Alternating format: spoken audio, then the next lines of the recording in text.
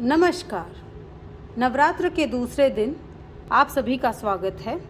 नवरात्र के दूसरे दिन माता ब्रह्मचारिणी की पूजा की जाती है। माता ब्रह्मचारिणी माँ का दूसरा स्वरूप है ब्रह्मचारिणी का।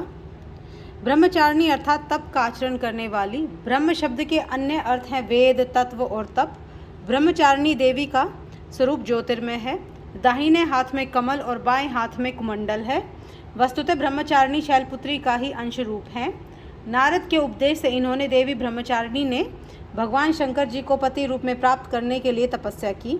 इसी तपस्या के कारण इन्हें ब्रह्मचारिणी नाम से पुकारा गया। तप काल में 1000 वर्ष तक उन्होंने केवल फल फूल खाए, 100 वर्ष तक केवल शाक ही खाए, कुछ दिन तक खुले आकाश के नीचे वर्षा और धूप के भयानक कष्ट सहे।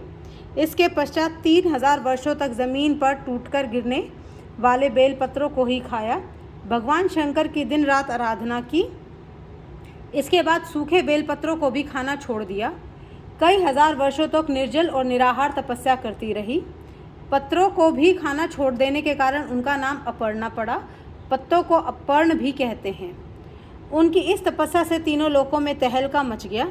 देवता, ऋषि, सिद्धगण, मुनि सभी ब्रह्मचारिणी देवी की तपस्या की सराहना करने लगे। पितामह ब्रह्मा जी ने आकाशवाणी की और उनसे कहा कि हे देवी, किसी ने भी ऐसी कठोर तपस्या नहीं की।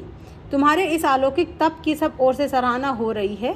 तुम्हारी मनोकामना पूर्ण होगी। भगवान शिव तुम्हें पति रूप में प्राप्त होंगे। ब्रह्मचारिणी देवी की कई हजार वर्षों की इस कठिन तपस्या के कारण उनकी माता मैना अत्यंत दुखी हुई। ब्रह्मचारिणी देवी को देख माँ के मुंह से निकला उई माँ।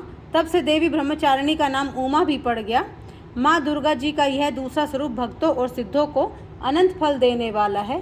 दुर्गा पूजा के दूसरे दिन इन्हीं के स्वरूप की उपासना की जाती है। जय माँ दुर्गा। बोलो साचे दरबार की जय। माता ब्रह्मचारिणी की जय।